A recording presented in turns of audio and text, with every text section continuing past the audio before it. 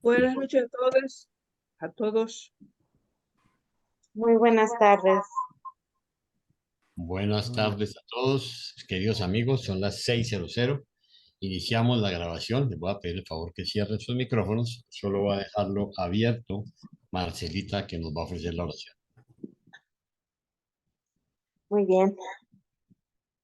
Querido Padre Eterno, por favor, ilumina nuestros corazones, nuestra mente, permítenos alinearnos para aprender todo lo que tienes preparado para nosotros a través de cada uno de los que están sirviendo, preparando esta clase. Gracias por el internet, gracias por los celulares, gracias por esta comunicación que nos permite entrelazar el alma y el espíritu de cada uno de los presentes.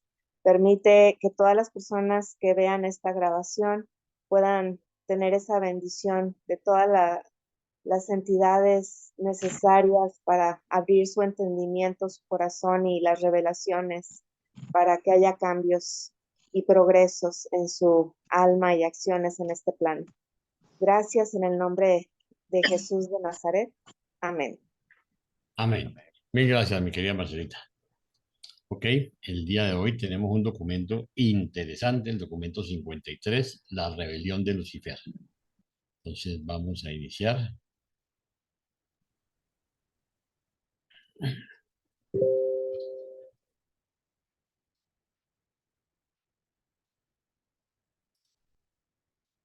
Ok. La rebelión de Lucifer. Lucifer era un brillante hijo de Lanonandec primario de Nevadón. Había servido en muchos sistemas, había sido un consejero elevado de su grupo y se distinguía por su sabiduría, sagacidad y eficiencia. Lucero, o sea, Lucifer, era el número 37 de su orden y cuando fue comisionado por los Melquisedec, se le distinguió como una de las 100 personalidades más hábiles y brillantes entre más de 700.000 de su tipo. Desde comienzos tan magníficos a través del mal y del error, abrazó el pecado y ahora se lo enumera como uno de los 3 soberanos del sistema de Nevadón que sucumbieron al impulso del yo y se rindieron a los sofismas de la libertad personal espuria, el rechazo de la lealtad universal y el descuido de las obligaciones fraternales, la ceguera a las relaciones cósmicas. En el universo de Nevadón, el dominio de Cristo Micael, hay 10.000 sistemas de mundos habitados. En toda la historia de los hijos de Anonandek, en todo su trabajo a través de estos miles de sistemas y en la sede central del universo, tan solo 3 soberanos de los sistemas han sido hallados en desacato al gobierno del Hijo Creador. Vamos a ver el uno antes de hacer los comentarios. Los líderes de la rebelión. Lucifer no era un ser ascendente, fue un hijo creado del universo local y de él se dijo, perfecto eras en todos tus caminos desde el día en que fuiste creado hasta que se halló en ti injusticia. Muchas veces había estado en consejo con los altísimos de Dentia y Lucifer reinaba sobre la montaña sagrada de Dios, la montaña administrativa de Jerusalén, porque era el ejecutivo en jefe de un gran sistema de 607 mundos habitados. Lucifer era un ser magnífico, una personalidad brillante. Estaba junto a los padres altísimos de la constelación en la línea directa de la autoridad universal. A pesar de la transgresión de Lucifer, antes del autotorgamiento de Micael en Urantia, las inteligencias subordinadas evitaron faltarle al respeto y desdeñarlo. Aún el arcángel de Micael, al tiempo de la resurrección de Moisés, no emitió juicio contra él, sino que simplemente dijo, el juez te reprenda. El juicio en tales asuntos pertenece a los ancianos de los días, los gobernantes del superuniverso. Lucifer es ahora el soberano caído y depuesto de Satania. La autocontemplación es sumamente desastrosa aún para las personalidades excelsas del mundo celestial. De Lucifer se dijo, tu corazón se enalteció por tu hermosura, tu esplendor corrompió tu sabiduría. Vuestro antiguo profeta vio este triste estado cuando describió cómo caíste de los cielos, oh lucero, hijo de la mañana. ¿Cómo has sido derribado tú que te atreviste a confundir a los mundos? Muy poco se oyó acerca de Lucifer en Urantia debido al hecho de que asignó a su primer ayudante Satanás para abrogar por su causa en vuestro planeta. Satanás formaba parte del mismo grupo primario de la Norandec, pero no había actuado nunca como soberano del sistema. Participó plenamente en la insurrección de Lucifer. El diablo no es sino Caligacia, el príncipe planetario depuesto de Urantia y un hijo de la orden secundaria de la Norandec. Cuando Micael estaba en Urantia en la carne, Lucifer Satanás y Caligastia, se aliaron para precipitar el fracaso de la misión de autootorgamiento, pero claramente fracasaron. Abadón era el jefe del séquito de Caligastia. Siguió a su jefe en la rebelión y desde entonces ha actuado como jefe ejecutivo de los rebeldes en Urantia. Belcebú era el líder de los seres intermedios desleales que se aliaron con las fuerzas del traicionero Caligastia. El dragón se volvió finalmente la representación simbólica de todos estos personajes malvados. Cuando triunfó Micael, Gabriel bajó de Salvington y encadenó al dragón, todos los líderes rebeldes, por una edad. De los rebeldes seráficos de Jerusalén se ha escrito, y a los ángeles que no mantuvieron su estado primario, sino que abandonaron su propia morada, aseguró con fuertes cadenas de oscuridad hasta el juicio del gran día.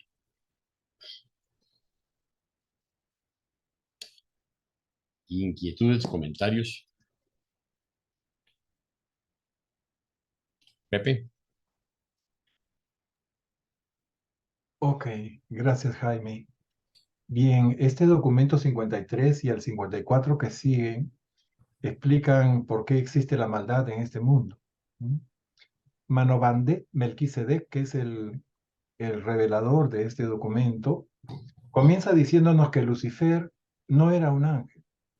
Lucifer era uno de los primeros hijos de la Nonandek, el número 37 de más de 700.000, nos dicen. O sea, fue uno de los primeros creados por el hijo creador y la ministra divina. Por lo tanto, Lucifer no era un ángel. Los Melquisedec, que vendrían a ser sus hermanos mayores, lo tenían entre los 100 más capaces y brillantes. Los Melquisedec, ustedes saben, son los catedráticos por excelencia, ¿no?, en el universo local. La capacidad y competencia profesional no siempre se corresponde con altos principios morales, como la bondad, la lealtad, la fraternidad, servicio desinteresado y humildad. Todos estos principios fueron despreciados por Lucifer, yo diría pisoteados por Lucifer. En el siguiente párrafo nos recuerdan cuántos sistemas hay en el universo. Recordemos que en nuestra realidad espacio-tiempo, en él rige el sistema decimal. Es así que un universo local está formado por 100 constelaciones, las primeras divisiones del universo. Y cada una de estas constelaciones tiene a su vez 100 sistemas locales. Por lo tanto, hay 10.000 sistemas de mundos habitados en todo Nevadón. Y en toda su historia, en toda la historia de este universo, se han dado 3 rebeliones, precisamente causadas por los soberanos de estos sistemas. Pero la de Lucifer fue la peor de todas. Afectó a 37 mundos, incluyendo a Urantia. Y seguimos sufriendo sus funestas consecuencias.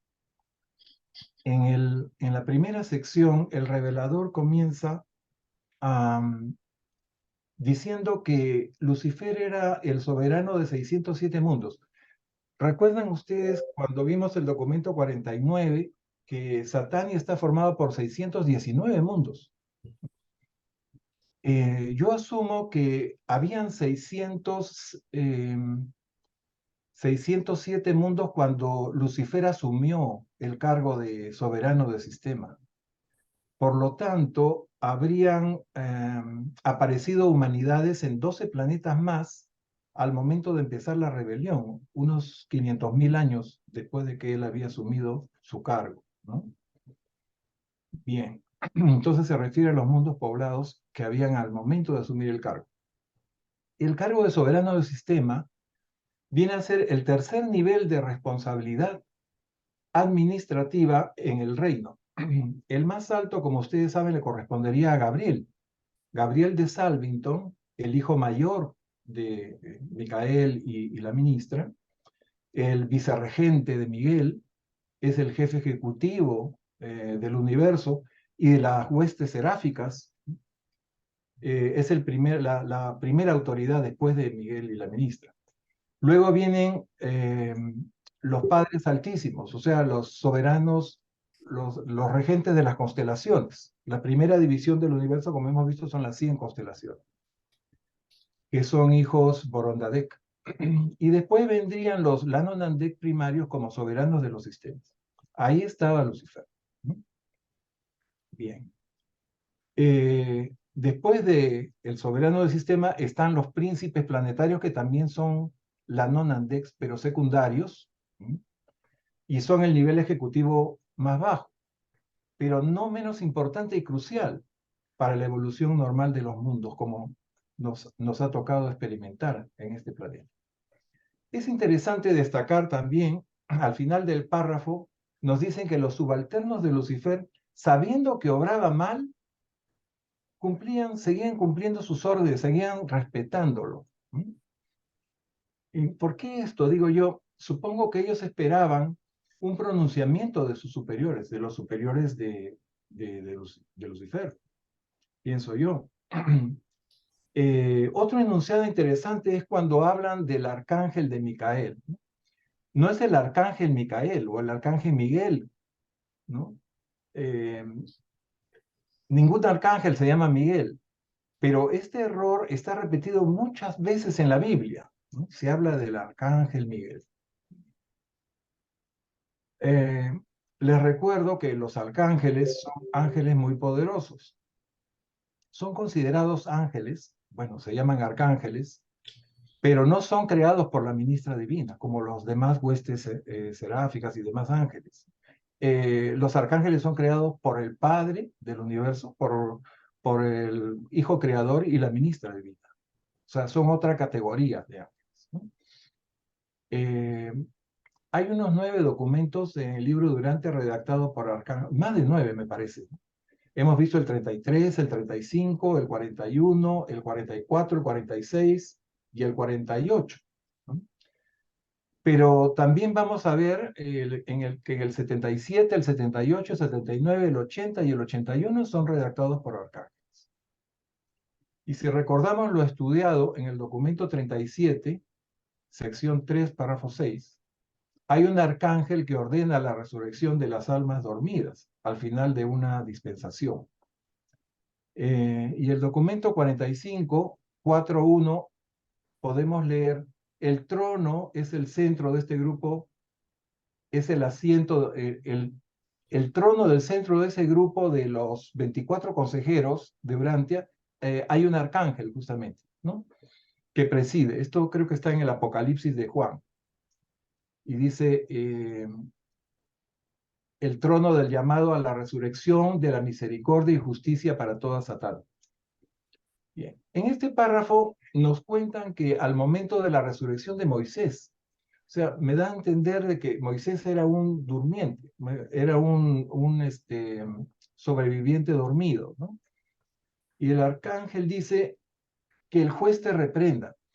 O sea, obviamente se estaba refiriendo a Lucifer, que estaría presente en ese momento de la resurrección de Moisés, porque si Moisés estaba siendo resucitado, significa que él ya había sido juzgado, ¿no?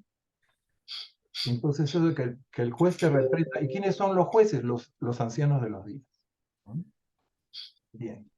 Otra cosa interesante que leí en esta parte fue que el estado lamentable en que se encuentra Lucifer en su celda, en los mundos mansión del sistema, ¿no?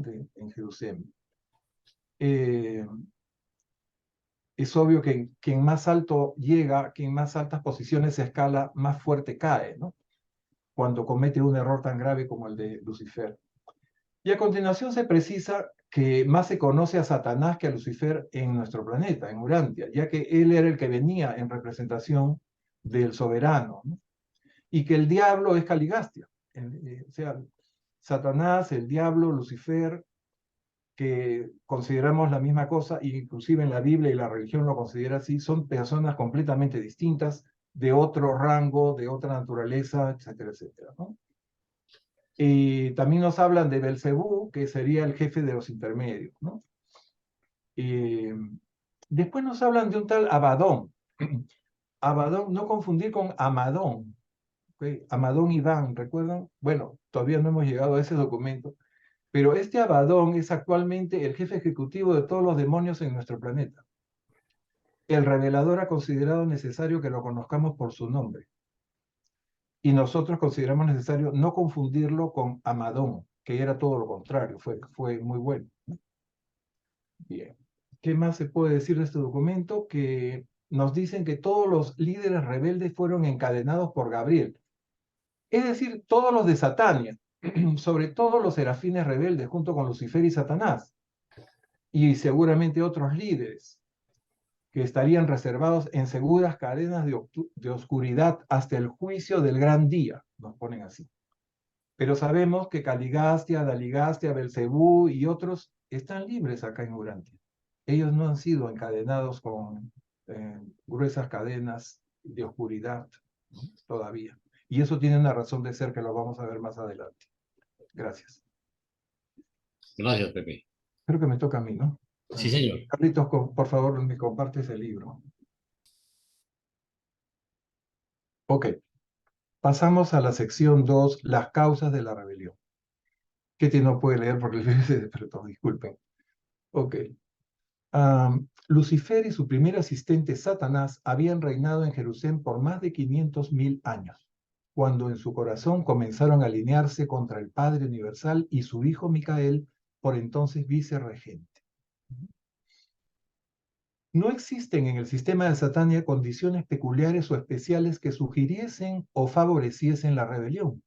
Creemos que la idea se originó y se formó en la mente de Lucifer y que pudo haber instigado dicha rebelión sin importar dónde estuviera estacionado. Lucifer anunció primero sus planes a Satanás, pero se requirieron varios meses para que éste se convirtiera a las teorías rebeldes. Se volvió un defensor atrevido y entusiasta de la autoaserción y libertad. ¿Okay? Nadie jamás le sugirió a Lucifer la idea de una rebelión. La idea de la autoaserción en oposición a la voluntad de Miguel y a los planes del Padre Universal, tal como los presentaba Micael, tuvo origen en su propia mente. Sus relaciones con el Hijo Creador habían sido íntimas y siempre cordiales. En ningún momento, antes de la exaltación de su propia mente, expresó Lucifer abiertamente. ¿Puedes subir, por favor? Un poquito más. Ya. Ok. En ningún momento, antes de la exaltación de su propia mente, expresó Lucifer abiertamente falta de satisfacción respecto de la administración del universo. A pesar de su silencio por más de 100 años del tiempo estándar, el Unión de los Días en Salvington había estado informando a Ubersa por reflectividad que no reinaba completamente la paz en la mente de Lucifer. Esta información también fue comunicada al Hijo Creador y a los padres de la constelación de Norla-Teadeca. A lo largo de este periodo, Lucifer se volvió cada vez más crítico del plan total de la administración universal, pero siempre profesó lealtad sincera a los gobernantes supremos. Su primera deslealtad abierta se manifestó con motivo de una visita de Gabriel a Jerusalén, apenas unos pocos días antes de la proclamación abierta de la Declaración Luciferina de Libertad. Gabriel tan profundamente se impresionó por la certidumbre de una ruptura próxima que se dirigió directamente a Edentia para conferenciar con los padres de la constelación sobre las medidas a emplear en el caso de una rebelión abierta. Es muy difícil señalar la causa o las causas exactas que finalmente culminaron en la rebelión de Lucifer. Tan solo estamos seguros de una cosa, y eso es, sean cuales fueren estos comienzos, tuvieron origen en la mente de Lucifer. Debe haber existido una vanagloria del yo que se alimentó hasta el punto del autoengaño. De modo que Lucifer durante un periodo verdaderamente se convenció de que su idea rebelde realmente redundaría en el bien del sistema, sino del universo entero. Para cuando sus planes ya le habían llevado al desencanto, sin duda estaba demasiado metido como para que su orgullo original y dañino le permitiese detenerse. En algún momento durante esta experiencia se volvió insincero y el mal evolucionó en pecado deliberado y volitivo. El hecho de que así fue se comprueba por la conducta subsiguiente de este brillante ejecutivo. Durante mucho tiempo se le ofreció la oportunidad de arrepentirse, pero tan solo algunos de sus subordinados aceptaron la misericordia ofrecida. El fiel de los días, de Edentia, por solicitud de los padres de la constelación, presentó personalmente el plan de Micael para la salvación de estos rebeldes flagrantes. Pero la misericordia del Hijo Creador fue siempre rechazada, y rechazada con desprecio y desdén cada vez mayores. Ok, bien. Entonces, este numeral nos habla de las causas de la rebelión. Yo subrayaría el párrafo donde dice que no se dio ninguna circunstancia especial en el sistema o en la administración del universo que motivara una rebelión de este tipo. O sea, la rebelión, la idea de rebelarse partió del mismo Lucifer. Bien. Lucifer tramó su rebelión, al igual que los otros dos rebeldes que hubieron en las dos rebeliones previas, aprovechando la condición de que el Hijo Creador aún no había completado sus 7 otorgamientos y por lo tanto no era soberano absoluto, no tenía todo el poder del cielo y la tierra para gobernar su universo. O sea, no tenía plena autoridad, plena autonomía, plena soberanía sobre su universo, ¿no? Quizás esto les hizo pensar que, ¿no?, su rebeldía podría tener más éxito. Su primer ayudante, Satanás, otro Landonandek primario, ¿no?, se convirtió en su defensor y ferviente aliado. Lucifer se sentía capaz de gobernar libre e independientemente el sistema a su cargo. O sea, se llama la autoaserción. Yo puedo solo. Puedo declarar mi independencia del resto de la administración universal, ¿no? Él estaba convencido de sus reconocidas cualidades gerenciales. Además, supongo tenía una exagerada autoestima y seguridad en sí mismo, y esto lo llevó a pensar que podría hacerlo mejor de lo que ya estaba establecido y organizado en los universos. Ustedes saben, los universos están divinamente administrados, y nadie se queja de la administración. Por esta razón, por este ego, por esta gran cabezota que tenía, se sentía, ¿no?, con el derecho de reclamar libertad y autonomía de acción. Bien. Recordemos que los universos, que están, como les digo, divinamente administrados, en el documento 43, en la sección 2, estudiamos que los planes del Padre Universal son ejecutados por los hijos creadores. Miguel de Nevadón, en nuestro universo, es quien emite los llamados decretos judiciales desde Salvington. Estos decretos, junto con las promulgaciones legislativas de cada una de las 100 constelaciones que constituyen el universo, ¿no?, y estas constelaciones, dicho sea de paso, sí son autónomas, tienen sus asambleas legislativas, como los estados independientes de algunas naciones, ¿no? Pero los sistemas no son independientes, ¿no? Estas, que les decía, los decretos judiciales y promulgaciones legislativas de las constelaciones deben ser cumplidas en los sistemas locales por los soberanos del sistema. Deben ser ejecutadas, llevadas a la práctica, de acuerdo a su talento administrativo, a su talento gerencial, ¿no? O sea, al mismo Lucifer le correspondía cumplir con eso. Y aparentemente lo estaba cumpliendo, y de hecho lo hizo más de 500.000 años, ¿no? Bien. Pero en un momento dado, pues decidió él tener su propia asamblea legislativa. De hecho, lo hizo, superó, o sea, ignoró la autoridad de los padres de la constelación. Es más, quería ocupar el sitio de los padres de la constelación. Él decía, yo me voy a sentar ahí en el trono de ellos. Pero su audacia y delirio de poder lo llevaron aún más alto. Como vamos a ver más adelante, quería él estar en el lugar del fiel de los días, o sea, el representante de la Trinidad, ¿no?, en la constelación. Lucifer mantenía una relación aparentemente cordial con su padre Miguel, o Micael, ¿no? Nos dicen, y no le hacía cuestionamientos ni quejas sobre la marcha del universo. Su padre, Micael de Nevadón, lo miraba como nosotros veríamos a un hijo con iniciativas audaces, supongo, ¿no? Sin embargo, el Unión de los Días, Emanuel de Salvington, hermano mayor de Miguel de Nevadón, ya sospechaba, estaba seguro de los planes de Lucifer y sabía que tarde o temprano daría el golpe.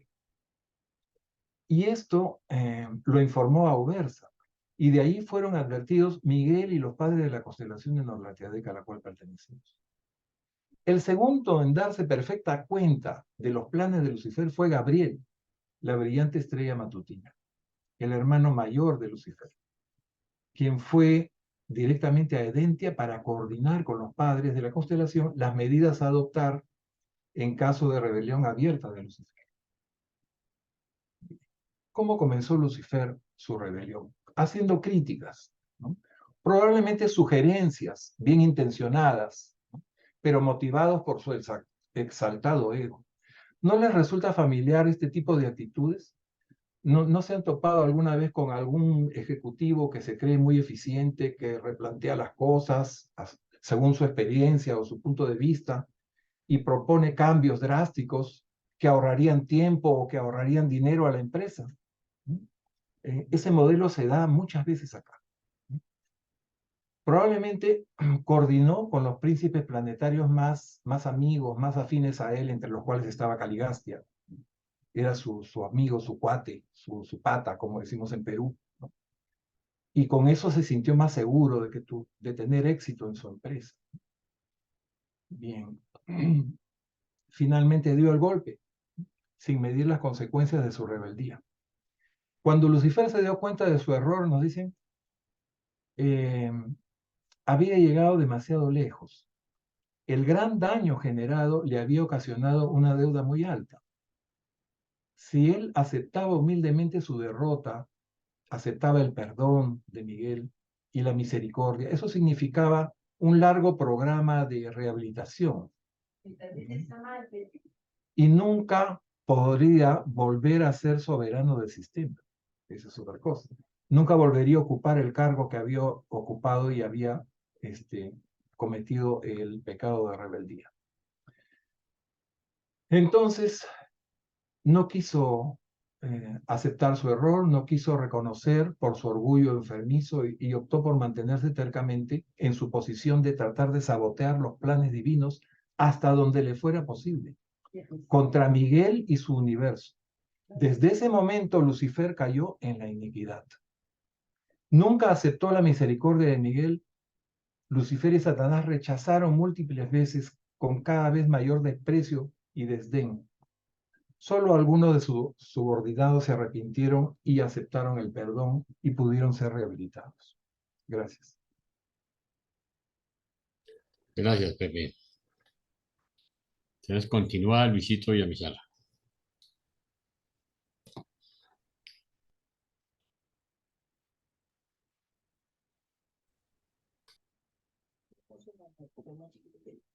Seguro que este es el mío, este no es el mío. Este es suyo, Jaime.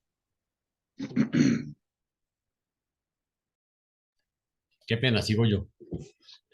Tercero, el manifiesto de Lucifer.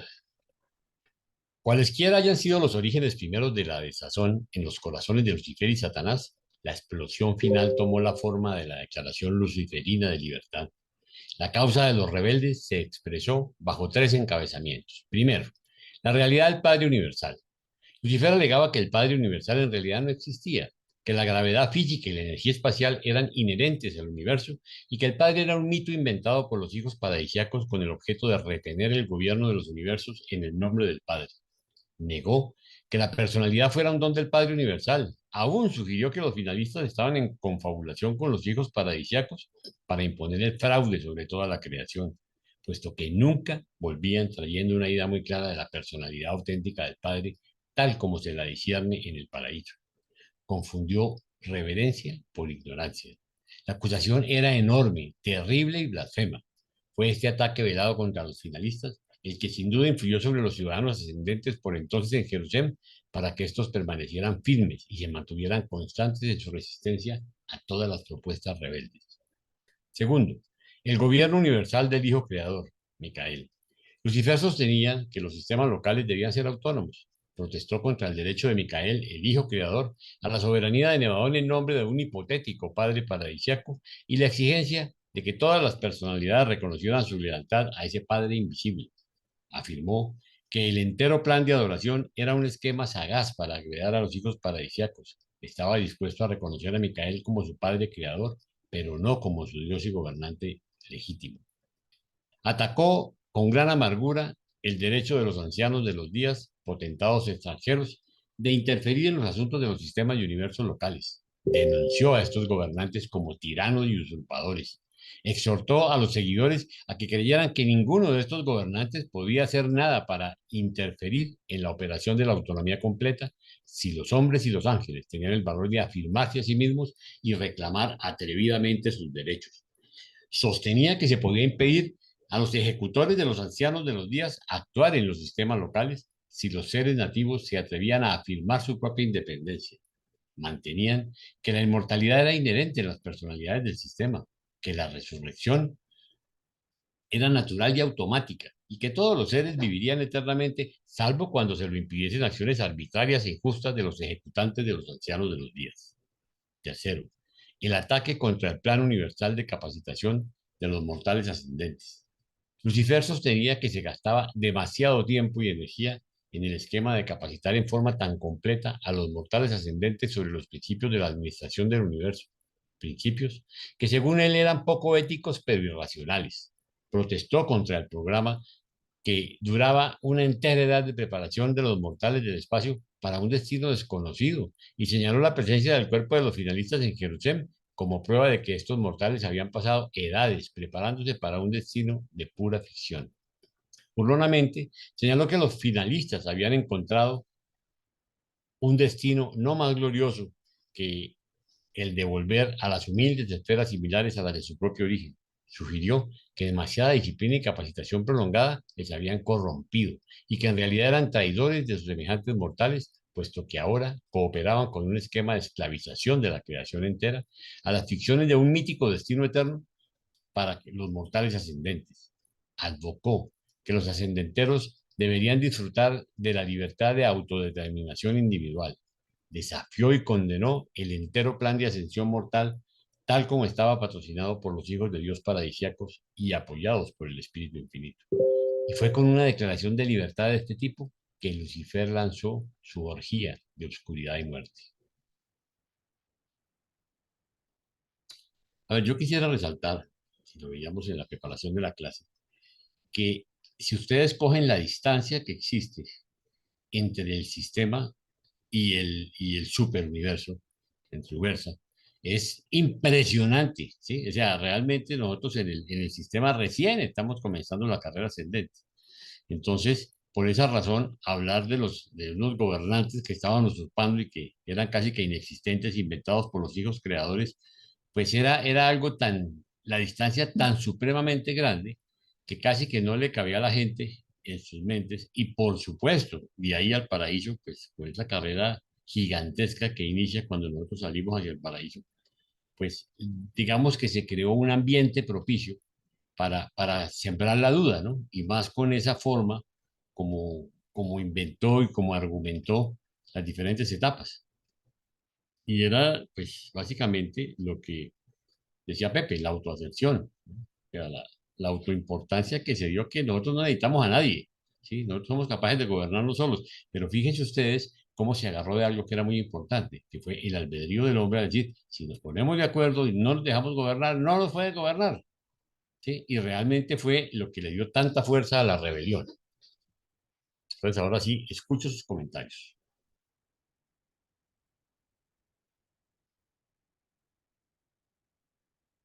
No todos al tiempo. A ver, Pepe. Gracias, Jaime. Sí. Me permito comentar inclusive documentos que no, secciones que no me han tocado, pero trataré de ser lo más breve posible. Bien, este manifiesto de Lucifer fue básicamente una declaración de independencia y libertad, ¿no? Una gesta independentista, parecida a las muchas que se han dado en Urantia, con la diferencia de que no había motivo justificado. Se supone la administración de los universos es perfecta, ¿no? Entonces, para mí, esta rebelión solo buscaba la vanagloria de sus promotores y estuvo basada en tres audaces encabezamientos. Primero, contra el Padre, contra el Padre Universal, nada menos. ustedes saben, y todos los seres celestiales saben, que la realidad se sostiene gracias al Padre. El Padre es el que genera y mantiene todo lo que existe, ¿no? La energía, espacio y la gravedad, decía Lucifer, son inherentes al universo. Nadie los creó. ¿No les suena familiar eso de que el universo siempre ha existido y no hay nada antes que él, ¿no? O empezó con una explosión. Primero todo estaba ahí y después se expandió. Bien. Otra cosa, negaba la personalidad. Él sabía que la personalidad la da el Padre. Decía, la personalidad no es ningún don del supuesto Padre. Todos nacemos eventualmente diferentes, ¿y por qué alguien tendría que darnos una identidad propia? Es así. Entonces, otra grave error. Además decía que la inmortalidad es derecho de todos, es inherente a nuestro ser. Todas las personalidades del sistema tienen derecho a la inmortalidad. La resurrección es natural y automática y nadie debería interferirla, ¿no? Que si no fuera por esos esbirros de los ancianos de los días, todos vivirían eternamente, que es el derecho natural de todos los seres. Que los Migueles o los Micaeles han creado el mito del Padre para apoderarse de los universos en nombre del supuesto Padre Universal, inventado por ellos, ¿no? Que todo es una conspiración de los poderosos. El que tiene la semilla de maldad cree que todos son como él, ¿no? Como dice, hay un dicho peruano que dice, el ladrón cree que todos son de su condición. O sea, él suponía eso. O sea, pensaba mal de los hijos creadores. Que además decía que los finalitarios estaban confabulados en el gran fraude. Pues si tuvieran un destino glorioso, excelso al llegar al paraíso, ¿por qué volvían a trabajar a los universos, ¿no? ¿Por qué volvían al mundo de los finalistas en los sistemas si estaban destinados a un destino glorioso? Quiere decir que no habían ido a ningún paraíso ni había ningún destino glorioso para ellos. Además, no sabían describir cómo era el Padre Universal. No podían describir su personalidad, dicen ahí.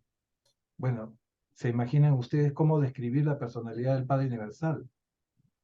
Ni siquiera podríamos decir su nombre. La otra parte del manifiesto era contra el hijo creador del universo local, precisamente contra Micael de Nevadón. Según él, no tenía derecho a asumir la soberanía de su universo en nombre de un hipotético Padre Universal, ¿no? Así como exigir reconocimiento y lealtad a ese supuesto Padre invisible. Si no lo vemos, no existe, no está, ¿no? La misma idea de acá de los ateos o de los agnósticos, ¿no? Y por lo tanto le decía, los sistemas deben ser autónomos. Si las constelaciones son autónomas, ¿por qué los sistemas no pueden ser, ¿no? Además, reconocía a Micael de Nevadón como su padre. Sí, es mi padre, pero no es mi Dios, decía él, ¿no? Y los ancianos de los días, esos son unos potentados extranjeros, tiranos, usurpadores.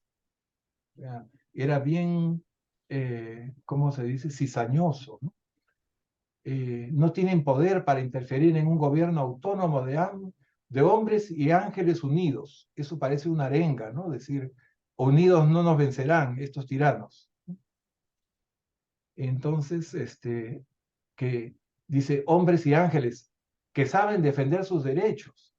Eso es un típico sofisma, ¿no? Algo que parece verdad, que parece un verdadero derecho, pero es un error, es falso, ¿no?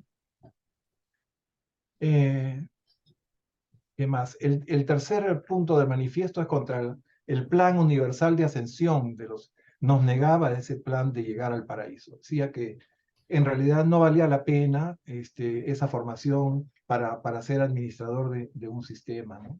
Es una pérdida de tiempo, es una pérdida de energía, formar ascendentes en las irracionales e inmorales principios de administración del universo. No al programa multisecular para destinos desconocidos y ficticios. He aquí que los finalistas no han conseguido nada glorioso. Son unos traidores al prestarse a colaborar con los esclavizadores. Todo eso decía. Lucifer y sus colaboradores condenaron todo el plan de ascensión patrocinado por los hijos paradisíacos y el Espíritu Infinito. proclamó una supuesta libertad individual y autodeterminación de los ascendentes, pero en realidad bloqueó y quitó nuestro derecho de ascenso al paraíso, al progreso, a la perfección. Gracias. Gracias, Pepe. Julieta. Hola, buenas noches. Solo dos preguntitas. Escuché que José dijo que Belcebú todavía estaba aquí. Creo que no es así. Si me equivoco, me corrigen.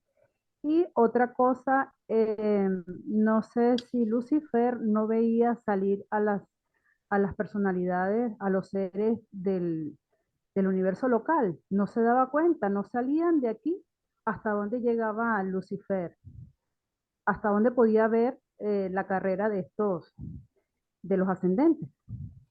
Eso era, gracias. Permíteme contestarle. Ujú. En los documentos se dice que todos los rebeldes de este mundo, de Urantia, siguen estando libres. No pueden entrar contra la voluntad de las personas a las mentes de los mortales, a no ser que ellos los invoquen. Y hay muchos que invocan a los demonios. Pero Belcebú no, tengo entendido que es Caligastia y Daligastia nada más que están aquí. Caligastia, Daligastia, el jefe de los intermedios, este Abadón que les he dicho, todos ellos están libres. Salvo error u omisión. A ver si alguien puede aportar algo más. Yo lo he entendido así. Los que están detenidos son los jefes del sistema. O sea, a nivel de sistema sí están todos presos. Pero incluyendo a Satanás, a Lucifer, todos los serafines que se plegaron, todos los hijos materiales y otras personalidades más.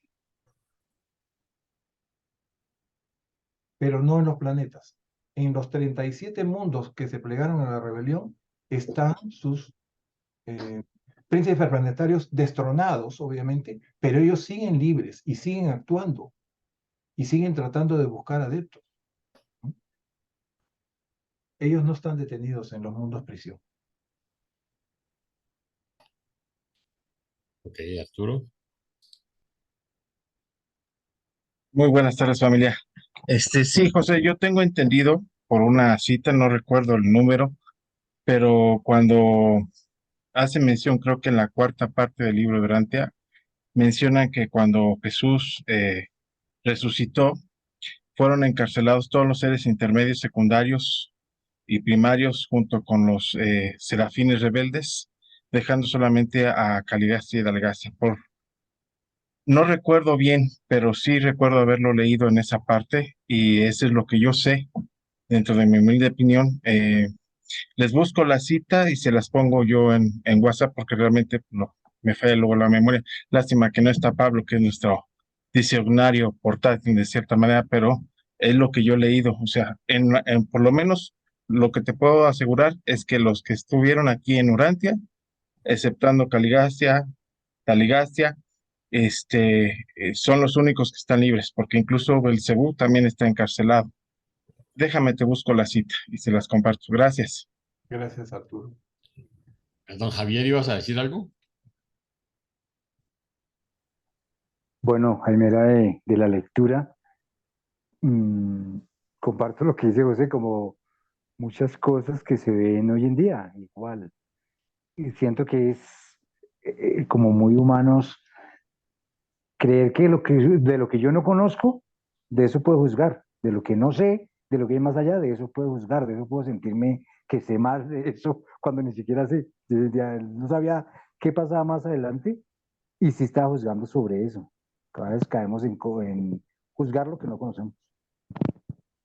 Ok. Otra cosita, pues sí, de la lectura, dice en el libro, en ningún momento nombran a Daligastia, realmente eso no es muy claro, pero dicen que lo único que está libre es Caligastia, los demás fueron detenidos todos. Ok. Gracias. Ketty. Yo solo pienso si ahora, bueno, Arturo está diciendo que todos han sido detenidos prácticamente, ¿no? Pero si de los que están sueltos, porque los detenidos ya pueden haberse arrepentido, no sé, pero los que están sueltos tendrían capacidad. ¿Qué pasaría si alguno se arrepiente? ¿No? Yo no sé. No sé si eso se va a dar, ¿no? Porque sí, realmente existen los demonios que están acá y están actuando, pero podría darse el caso de que pudiera alguno de ellos arrepentirse, ¿no? Es una pregunta suelta, pero puede darse, ¿no? No sé. A ver, hay un tema ahí Ninguna. que es interesante, que, y es, normalmente el castigo se posterga casualmente para darle a las personas oportunidad de arrepentimiento. Eso es parte del plan, ¿sí? Sin embargo, en el caso de ellos, pues Jesús les dio oportunidad muchas veces y cada vez se devolvían, como dice la escritura, daban cosas contra el aguijón, se ponían más bravos de que les dieran, de que los perdonaran y se ponían más rebeldes. Entonces yo pienso que difícilmente, si es que están libres, en este momento se arrepentirían, que yo pienso que siguen haciendo estragos. Pues la prueba no es sino ver el satanismo que se vive hoy en día, ¿sí? Es una cosa impresionante la cantidad de adoradores de Satanás y de todos sus especímenes, ¿sí? O sea, la maldad que se vive hoy sobre la tierra es impresionante, ¿sí? Y es casualmente por adoradores de cultos satánicos. Entonces, yo creo que es muy difícil que si no se arrepintieron en su momento, hoy lograran arrepentirse, pero es una opinión personal. Sí, Flor. ¿Podríamos poner la cita 5316, el párrafo, por favor? Yo también entiendo que están todos agarrados, exceptuando Caligastia, y bueno, de Caligastia no nos dicen nada, pero aparentemente Gabriel, a ver, o bueno, si no lo busco yo, ¿lo tienes ahí a la mano? Ya, Carlos está, Carlos está. El 53 dice, Gabriel bajó de sable, encadenó al dragón y dice, todos los líderes rebeldes por una edad. Y dice, y los rebeldes seráficos de Jerusalén, se ha escrito, y los ángeles que no mantuvieron su estado primario, sino que abandonaron su propia morada, aseguró con fuertes cadenas de oscuridad hasta el juicio del gran día. Esto a mí me da a pensar que todos los que se involucraron en la rebelión están presos.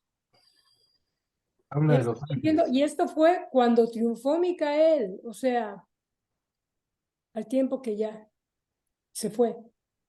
Finalmente triunfó en el monte cuando se entrevistó con estas personalidades, pero cuando murió y se fue, tengo entendido que encadenaron a todos. A ver, yo también pienso eso. Sin embargo, lo único cierto es que sigue habiendo adoradores de Satanás y su combo, o sea, gente que practica este tipo de ritos. Y fíjese que en un documento anterior veíamos cómo dice que nosotros seguimos echándole la culpa al diablo por decisiones propias que tomamos, ¿no? Seguimos echándole la culpa porque tenemos que echar la culpa a alguien, pero realmente es parte del mal uso del libre albedrío, ¿no? Porque si no, no existiría esa cantidad de adoradores. Todo lo que estamos viendo políticamente hoy, todo esto es impresionante, pero fíjate que en documentos anteriores nos dicen que son decisiones propias de cada uno y que se las achacamos a Satanás. Liliana. Buenas noches. Es que ahí escuché que dicen de un juicio, o sea que siempre va a haber un juicio, Claro. digamos un juicio universal. No, a ver, el juicio es el que hacen para la extinción de los rebeldes, ¿sí? Que es el que les hará a los ancianos de los días en su momento para que sean extintos, como si no hubieran existido. A ese es el juicio que se refiere. Sí, Flor. Oh, Pero ya gracias. se inició un juicio en contra de Lucifer y esto se inició, la primera sesión del juicio fue, si no mal recuerdo, en el momento de que se estaban dando los documentos de Urantia o esta revelación. En ese momento se llevó a cabo la primera sesión del juicio Gabriel versus Lucifer y eso viene en el siguiente documento, por cierto. Ok, gracias. Ok, ¿algún otro comentario? O si no, continuamos. Entonces ahora sí sigue Luisito Villamizar. 4. El estallido de la rebelión. El manifiesto de Lucifer fue emitido en el cónclave anual de Satania en el Mar de Cristal, en presencia de las huestes reunidas en Jerusalén, el último día del año, alrededor de 200.000 años atrás, tiempo de Urantia. Satanás proclamó que podrían adorar las fuerzas universales, físicas, intelectuales y espirituales, pero que tan solo se podrá tener lealtad al gobernante presente y actual, Lucifer, el amigo de los hombres y de los ángeles, y el Dios de la libertad. La autoaserción fue el grito de batalla de la rebelión de Lucifer. Uno de sus argumentos principales fue que si el autogobierno era bueno y justo para los Melquisedec y otros grupos, debía de ser igualmente bueno para todas las órdenes de inteligencia. Fue atrevido y persistente en advocar la igualdad de la mente y la hermandad de la inteligencia. Afirmaba que todo gobierno debía limitarse a los planetas locales y a su confederación voluntaria en los sistemas locales. Rechazaba toda la demás supervisión. Prometió a los príncipes planetarios que gobernarían los mundos como ejecutivo supremo. Denunció la ubicación de las actividades legislativas en la sede central de la constelación y la conducta de los asuntos judiciales en la capital del universo. Sostenía que todas estas funciones de gobierno debían estar concentradas en las capitales de los sistemas y procedió a establecer su propia asamblea legislativa y organizó sus propios tribunales bajo la jurisdicción de Satanás y llamó a los príncipes de los mundos apóstates para que hicieran lo mismo. Aquí pongo una nota para, ya José lo dijo antes, pero para que lo tengamos aquí en el documento, un poco de cuáles son los hijos de Dios en el universo local. Son los hijos Melquisedec, que es lo que dice Lucifer, que ellos se gobiernan solos. Los hijos Borondadé, que son los padres de la constelación, están por arriba de Lucifer en este caso. Después vienen los hijos Lanonandé, que son los soberanos del sistema como Lucifer. Y también son los príncipes planetarios como era Caligasta. Y los portadores de vida. Esos son los hijos de Dios en el universo local. Todo el gabinete administrativo de Lucifer le siguió y todos prestaron juramento públicamente como funcionarios de la administración del nuevo jefe de mundos y sistemas liberados. O sea, todo un golpe de estado. Aunque habían habido 2 rebeliones previas en Nevadón, estas acontecieron en constelaciones distantes. Lucifer sostenía que estas insurrecciones no habían triunfado porque la mayoría de las inteligencias fracasó en seguir a sus líderes. Opinaba que el gobierno pertenece a las mayorías, que la mente es infalible. La libertad que le brindaron los gobernantes universales aparentemente contribuyó a alimentar muchas de sus opiniones nefastas. Desafió a todos sus superiores. Sin embargo, no parecieron tomar nota de su acción. Se le permitió proseguir en su plan seductor sin obstáculos ni frenos. Fíjense, esta fue la reacción de los superiores. Dejarlo que siguiera con sus locuras. Todas las demoras misericordiosas de la justicia las señaló Lucifer como prueba de la incapacidad de los hijos paradisíacos para detener la rebelión. Él desafiaba abiertamente y en forma arrogante a Micael, a Emmanuel, a los ancianos de los días, y luego señalaba el hecho de que no se había producido acción alguna como prueba positiva de la impotencia de los gobiernos universales y superuniversales. O sea que Lucifer vio la misericordia con que se le estaba tratando, como decían ahora, que se le da un tiempo para darle chance de que se arrepienta. Esa misericordia la vio Lucifer como una debilidad, o simplemente que todos esos gobiernos superiores a él no existen, son todos mentiras, por eso no hacían nada. Gabriel estaba presente personalmente a lo largo de todos estos procedimientos desleales y tan solo anunció que él, a su debido tiempo, hablaría por Micael y que todos los seres tendrían libertad y no serían molestados en su elección.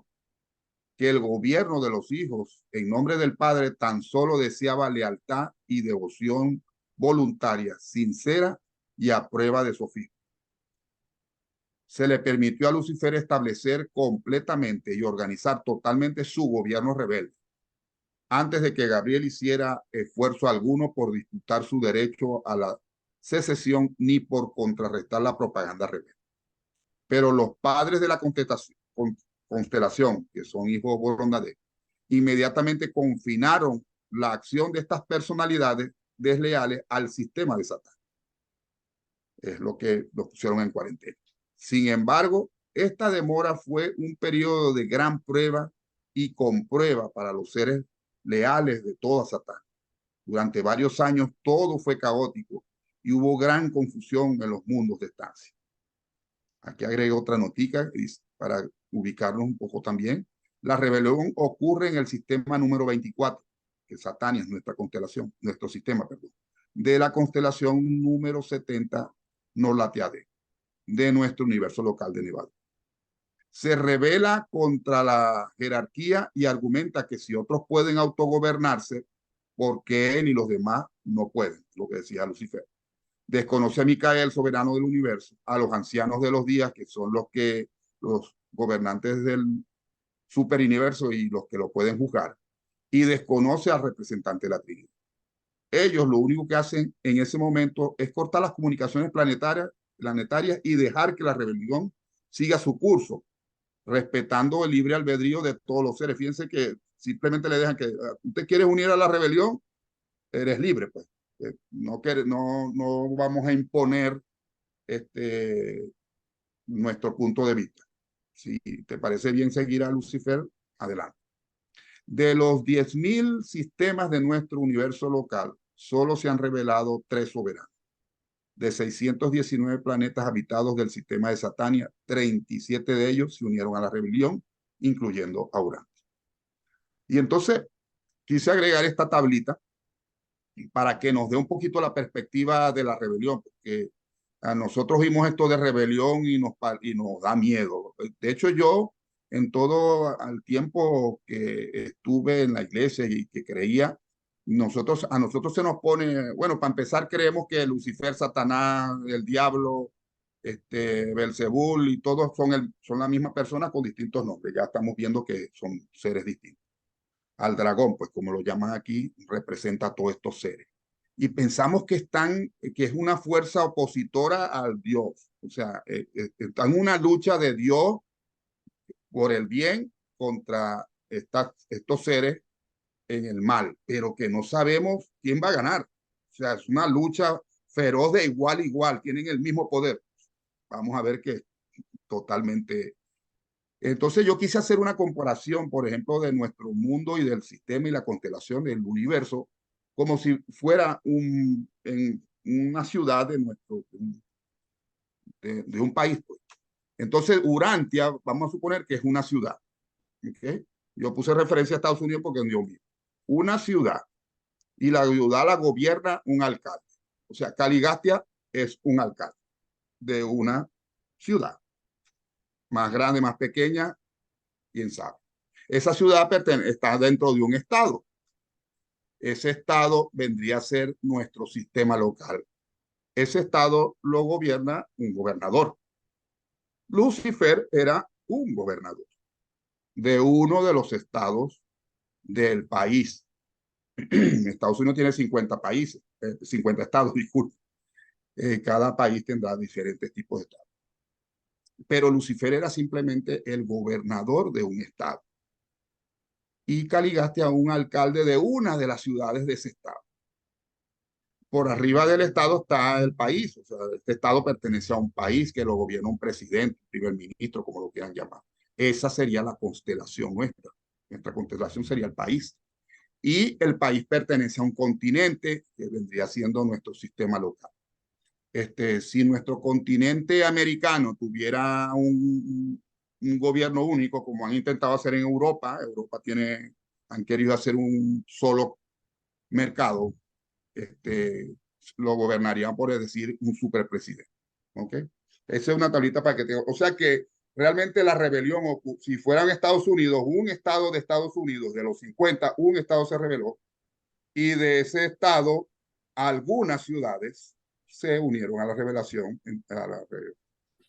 rebelión, incluyendo la ciudad donde vivimos nosotros. Entonces, no es una cosa muy grande, ni está en la misma proporción, ni Caligaste y Lucifer y toda su gente tienen ni siquiera tienen el mismo poder que Micael y mucho menos que el padre. Gracias, Luisito. ¿Algún comentario?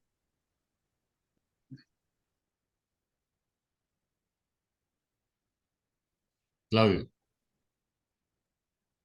Hace un segundo que Sí. Claudio levantó la mano. No, el comentario que quería hacer era lo relativo a lo que fue la rebelión, que él decía, unámonos todos y que podamos hacerlo. Fue muy poco el porcentaje de planetas que se asociaron a esa rebelión. Fueron 37 planetas. Hace unos días atrás, cuando preparábamos el documento anterior, ¿no? O sea, veíamos que, bueno, que Urantia es el número 606, entre 619 que había en ese momento, o sea que éramos muy jóvenes y que posiblemente muy ignorantes como para darnos cuenta de que era lo que se venía, ¿no? O sea, pero en su mayoría no le hicieron caso. O sea, de 619 solamente 37. O sea, ¿cuánto es eso? O sea, un 5%, menos quizás. Entonces, o sea, me da la impresión que teniendo un grado de sabiduría, de adelanto en lo que tiene que ver con lo material y con la preparación de cada uno, podemos, o sea, darnos cuenta mucho más fácil, ¿no? O sea, Javier hace un rato decía que se parece mucho esto a cosas que suceden en el mundo. Y es muy cierto, es muy cierto. Hay ese libertinaje que está propiciándose en el mundo, muy parecido también a lo que es esa rebelión original. Era eso nada más, gracias. A ver, Orlando, breve. Bien breve, sí, ¿me escuchan? Pues mire, estos 4 o 5 personajes, así rapidito con ese 5% del que habla Claudio más o menos, nos petaquearon la vida. ¿De qué manera? Gracias. Ok. Entonces continuamos. Sigue Pepe. Quería hacer un comentario sobre la sección 4, sobre Dale. el periodo de la rebelión. Imagínense, Lucifer, la rebelión tiene 200.000 años, ¿no? Proclama que se pueden adorar las fuerzas universales, ¿no? O sea, la energía del universo. No hay Dios, no hay una causa primordial, solo existe lo que vemos. ¿No se parece a cierta filosofía humana? Y se erige como el amigo de los hombres y los ángeles, el Dios de la libertad, y reclama lealtad solo a él. Es así como se presenta Yahvé en la Biblia, ¿verdad? Muy celoso, iracundo, solo que lo adoren a él escoge un pueblo, ¿no? La autoafirmación, la autonomía, el autogobierno, según Lucifer era bueno y era justo para todos. Todas las inteligencias son hermanas y las mentes igualmente brillantes, como la de él mismo, seguramente. Que los planetas debían gobernarse solos, con plena autonomía, que tendrían sus ejecutivos supremos, así como sus representantes en los sistemas locales. La idea de ser ejecutivo supremo en sus mundos sedujo a Caligastia seguramente y a los otros 36 príncipes planetarios, ¿no? Todos ellos no menos vanidosos y sedientos de poder como Lucifer. Decidió trasladar las asambleas legislativas y las cortes desde las constelaciones a las capitales de los sistemas locales y comenzó estableciendo la suya propia, su propia asamblea legislativa. Es lo que hacen todos los dictadores, apoderarse del poder legislativo, apoderarse del poder judicial, ¿no? Y tener todos los poderes y toda la autonomía para hacer lo que les dé la gana.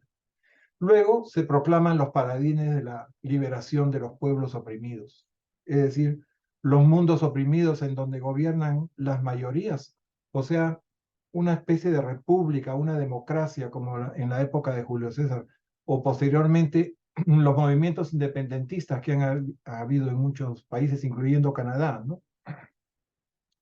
Todo esto lo hizo desafiando la autoridad de sus superiores, quienes lo dejaron actuar, principalmente, pienso yo, por tres razones. Desde mi punto de vista, primero, esperaban un pronunciamiento de Miguel, que Miguel dijera algo. Iban a dejar que actuase por algún tiempo para que él mismo se diera cuenta de su error, quizás. O aparentemente él, en los reinos celestiales no se aplica la represión inmediata, o sea, se invita a la reflexión, a la toma de conciencia, se toman las cosas como tienen la eternidad por delante, se toman las cosas con calma, prevalece la misericordia, siempre está disponible el perdón, eso que decía Ketty, si eventualmente pueden perdonar, en cualquier momento que ellos se arrepientan, van a recibir perdón y misericordia, por encima de la justicia. Pero la rehabilitación es otra cosa. O sea, de acuerdo al daño que hayan hecho, van a tener que reparar eso de alguna forma, ¿no? Bueno, y la actitud serena y expectante por parte de las autoridades los hizo pensar, como dijo Luis, que había debilidad por parte de las autoridades, que no podían hacer nada contra eso que él reclamaba como justo, ¿no? Bien. ¿Qué más les puedo decir? Los Altísimos no tuvieron la misma paciencia y confinaron a los rebeldes del sistema y automáticamente pusieron en cuarentena todo el sistema, no solamente los mundos que estaban plegados. Se plegaron solo 37 mundos, pero todo el sistema está aislado. Eso es importante destacar también. Gracias.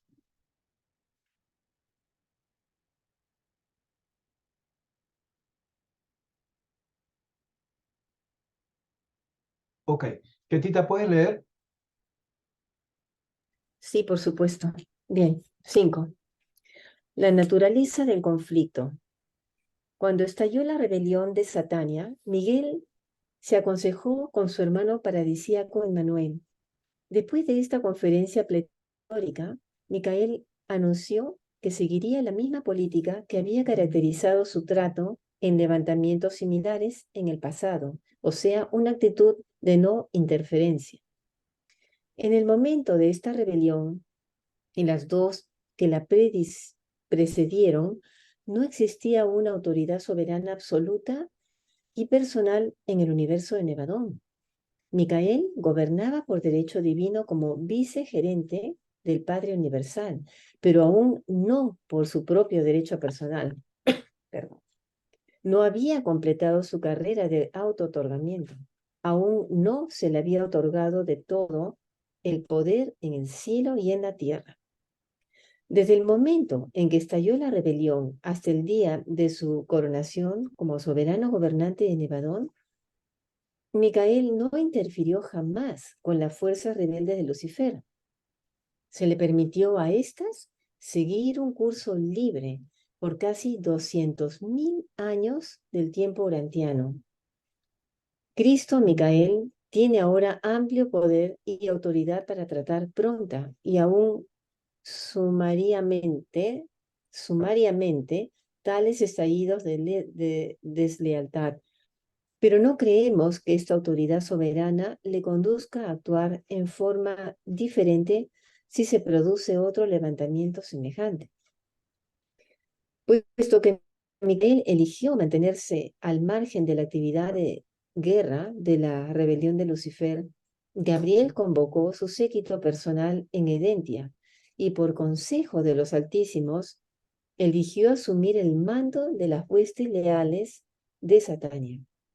Micael permaneció en Salvington, mientras que Gabriel prosiguió a Jerusalén y estableciéndose en la esfera dedicada al Padre, el mismo Padre Universal, cuya personalidad Lucifer y Satanás ponían en duda, en la presencia de las huestes reunidas de las personalidades leales, izó la bandera de Micael, el emblema material del gobierno trinitario de toda la creación, los 3 círculos concéntricos azules sobre un fondo blanco. El emblema de Lucifer era una bandera blanca con un círculo rojo en el centro del cual aparecía un sólido círculo negro. Había guerra en los cielos. El comandante de Micael y sus ángeles lucharon contra el dragón, Lucifer, Satanás y los príncipes apóstatas. Y el dragón y sus ángeles rebeldes lucharon, pero no prevalecieron. Esta guerra en los cielos no fue una batalla física tal como se la puede concebir en Urantia. En los primeros días de la lucha, Lucifer permaneció continuamente en el anfiteatro planetario. Gabriel condujo una exposición incesante de los sofismas rebeldes desde su sede central situada en las cercanías. Las varias personalidades presentes en la esfera que tuvieran duda en cuanto a su actitud se trasladaban de uno a otro sitio, escuchando las disertaciones hasta llegar a una decisión final. Pero esta guerra en los cielos fue muy terrible y real. Aunque no exhibía ninguna de las barbaridades tan características de la guerra física en los mundos inmaduros, este conflicto era mucho más mortífero.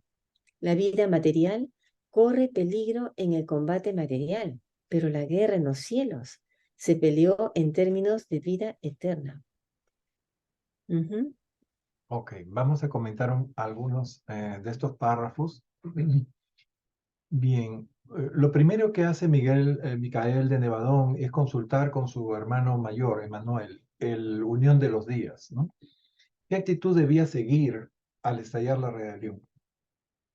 Parece que la no injerencia fue sugerida por el Hijo Trinitario, así como en las dos rebeliones anteriores. O sea, se tomó la misma actitud, ¿no? Para dar oportunidad a los rebeldes de que se arrepintiesen, ¿no? Y también para saber quiénes más querían sumarse a esa causa, ¿no? Que se manifiesten todos por libre albedrío, si quieren ser o no pertenecer al movimiento independentista. Bueno, Micael de Nevadón aún no había sido investido con todo el poder del cielo y de la tierra. O sea, tenía 6 auto-otorgamientos hechos, pero le faltaba el 7º. Bien. Y esto le dio ventaja a la rebelión. La rebelión pudo tomar una ventaja de casi 200.000 años. Gabriel, la brillante estrella matutina, el primogénito de Miguel, como hemos dicho, y la ministra, vicegerente de todo Nevadón y jefe supremo de las huestes angélicas, asume la defensa del universo local y convoca a su grupo de trabajo en Edentia. Se reúne con los altísimos y decide comandar las fuerzas de Satania leales a Miguel. Se establece en el satélite número 1 de Jerusalén, el mundo del Padre.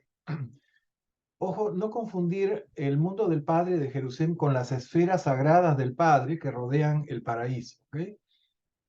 Bien. Y ahí él iza la bandera de la Trinidad, la bandera de los 3 círculos azules sobre fondo blanco. Bien. Y además convierte a los 7 subsatélites de este mundo del Padre en mundos prisión. O sea, establecen ahí las prisiones.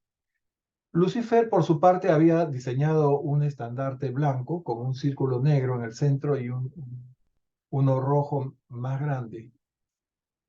Y empieza la llamada Guerra del Cielo. Claro, no es una guerra con tanques, cañones, aviones, con bombardeos, pero es una guerra mortífera porque se juega la existencia eterna. O sea, el que muere o el que decide morir por asumir la actitud de iniquidad, desaparece para siempre, ¿no?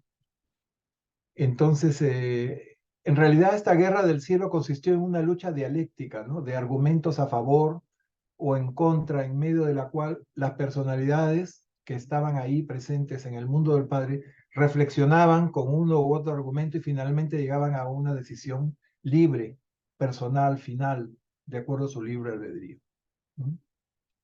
Y como decimos, en esta guerra los participantes se jugaban la vida eterna.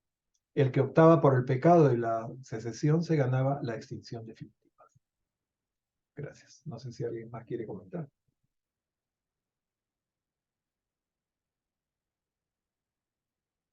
Entonces, continuamos. Gracias, Ketty, por leer. 6. Un comandante seráfico leal. Hubo muchas acciones nobles inspiradoras de devoción y lealtad que realizaron numerosas personalidades durante el periodo que cursó entre el estallido de las hostilidades y la llegada del nuevo gobernante del sistema y de su séquito. Pero la más emocionante de todas estas hazañas valerosas de devoción fue la valiente conducta de Manotia, el segundo en la línea de mando de los serafines de la sede central de Satán. Cuando estalló la rebelión de Jerusalén, el jefe de las huestes seráficas abrazó la causa de Lucifer. Esto indudablemente explica por qué un número tan grande de la cuarta orden, los serafines administradores del sistema, se descargó. El líder seráfico estaba espiritualmente cegado por la personalidad brillante de Lucifer. Sus maneras encantadoras fascinaban a las órdenes más bajas de seres celestiales. Simplemente no podían comprender que fuese posible que una personalidad tan deslumbrante errara.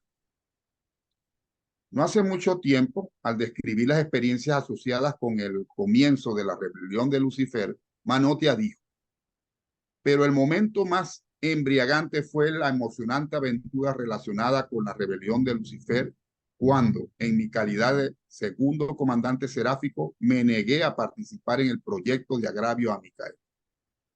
Y los poderosos rebeldes intentaron destruirme por medio de las fuerzas de enlace que habían formado. Hubo un tremendo levantamiento en Jerusalén, pero ni uno de los serafines leales sufrió daño. Cuando se produjo la falta de mi superior inmediato, a mí me tocó asumir el mando de las huestes angélicas de Jerusalén como director titular de los confusos asuntos seráficos del sistema. Los Melquisedec me apoyaron moralmente. Una mayoría de los hijos materiales me asistió hábilmente. Un enorme grupo de mi propia orden me desertaron, pero los mortales ascendentes en Jerusalén me apoyaron magníficamente. Habiendo sido automáticamente despedido de los circuitos de la constelación por la secesión de Lucifer, dependíamos de la lealtad de nuestro cuerpo de información que transmitía los llamados de ayuda a Edentia desde el sistema cercano de Ranturia. Y hallamos que el reino del orden, el intelecto de la lealtad y el espíritu de la verdad eran inherentemente triunfadores sobre la rebelión, la autoaserción y la así llamada libertad personal. Pudimos proseguir hasta la llegada del nuevo soberano del sistema, el valioso sucesor de Lucifer. Inmediatamente después de ello fui asignado al cuerpo de los síndicos Melquisedec de Urantia, tomando jurisdicción sobre las órdenes seráficas leales en el mundo del traicionero Caligastia, que había proclamado que su esfera formaba parte del sistema de nuevo proyecto de mundos liberados y personalidades emancipadas, propuesto en la infame Declaración de Libertad emitida por Lucifer, en su llamado a las inteligencias amantes de la libertad, libre pensadores y visionarias en el mundo mal gobernado y mal administrado de Satán. Este ángel aún sirve en Urantia, actuando como jefe asociado de los serafines.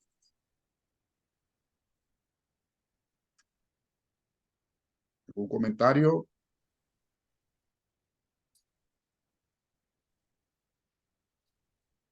Pepe. Gracias. Esto es muy interesante. Bien, no nos dicen quién era el primer o la primera comandante de las huestes seráficas en Jerusalén, quien se plegó a la rebelión, pero destacan la valentía de Manotia, la segunda comandante o el segundo comandante. Debe haber sido muy difícil para este ángel, pues el ángel comenta que trataron de destruirla, ¿no?, por medio de las fuerzas de enlace que habían organizado. Yo no entiendo cómo puede ser eso, ¿no? Y cómo podrían destruirla. que yo sepa, los únicos que pueden destruir una personalidad son los ancianos de los días. Y bueno, tuvo apoyo, los Melquisedec la apoyaron, los hijos materiales, los mortales ascendentes, pero gran parte de sus compañeras seráficas la abandonaron. Y mencionan al sistema cercano de Rantulia, otro sistema local que ayudó con los mensajes de socorro. Tenían que hacerlo en forma personal. Se usaron mensajeros solitarios, se usaron algunos serafines mensajeros también. Porque no había una comunicación directa, digamos, segura por la reflectividad, en fin. Ahora vamos a ver en qué consiste el aislamiento o la cuarentena. El corte de los circuitos espirituales es llevado a cabo por los supervisores de los circuitos. ¿Okay? ¿Recuerdan cuando estudiamos el documento 37, específicamente 37, sección 8, párrafo 3? Andobontia es el nombre del supervisor terciario de circuitos de nuestro universo local. Él fue el que aisló a Urantia. ¿Sí? Otros supervisores aislaron a el resto del sistema. Esto significa el aislamiento del sistema y todos sus mundos de las comunicaciones con la capital de la constelación y con otros planetas y sistemas, así como con la capital del universo. Es importante aclarar que el aislamiento no afecta los circuitos de la personalidad del Padre, ni del espíritu, el espíritu de la verdad del Hijo, ni los espíritus ayudantes de la mente del espíritu materno del universo, así como tampoco aquellos circuitos físicos controlados por los directores del poder. Los mensajes entrantes y salientes tendrían que ser enviados a través de mensajeros solitarios y agentes seráficos. Bueno, estos circuitos continuarán cerrados mientras viva Lucifer. Manotia se mantuvo en Satania hasta la llegada del Anafor, el nuevo soberano del sistema que reemplazó a Lucifer, y luego fue transferida a Urantia como jefa adjunta de los serafines leales. Gracias.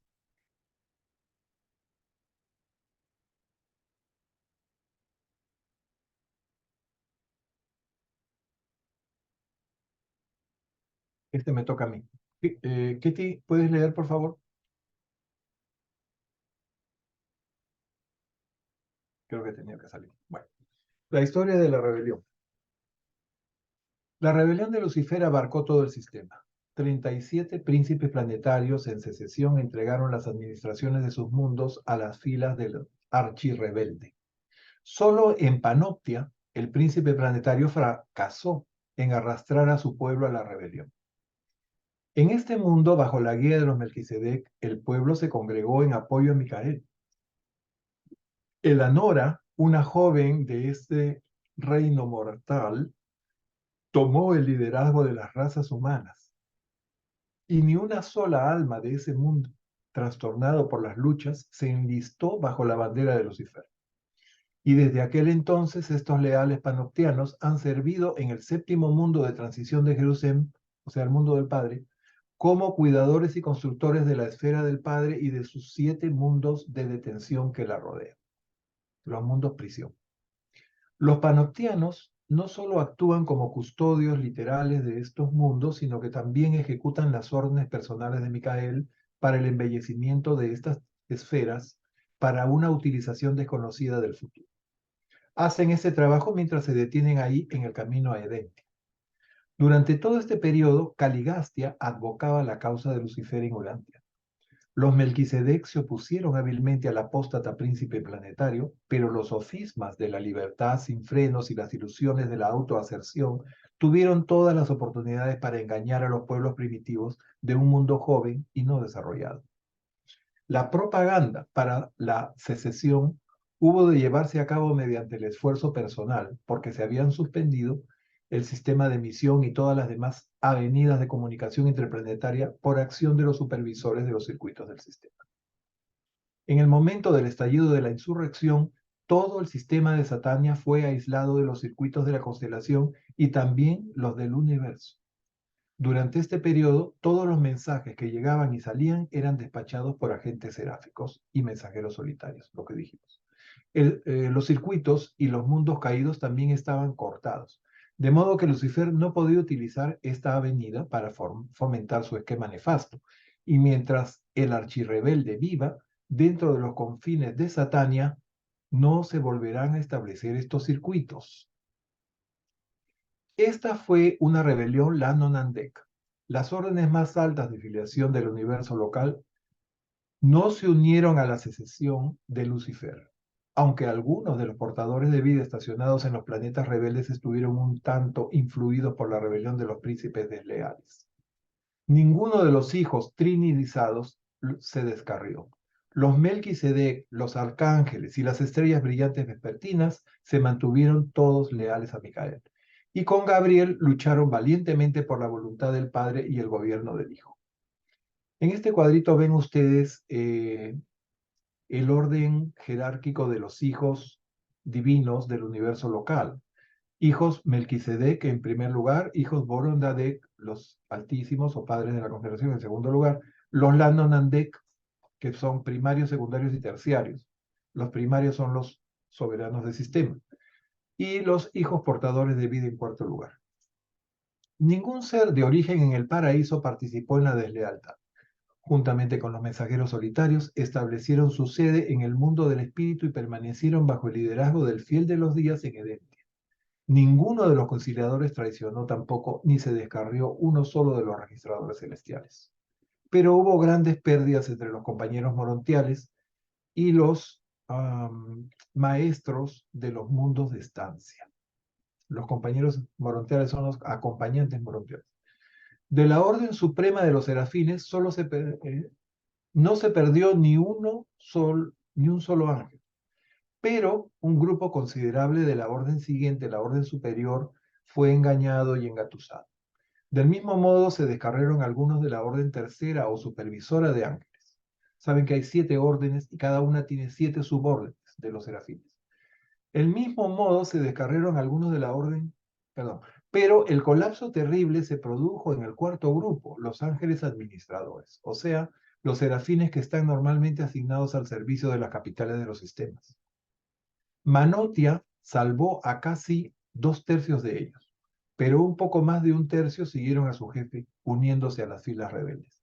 1/3 de todos los querubines de Jerusalén vinculados a los ángeles administradores se perdieron con sus serafines desleales.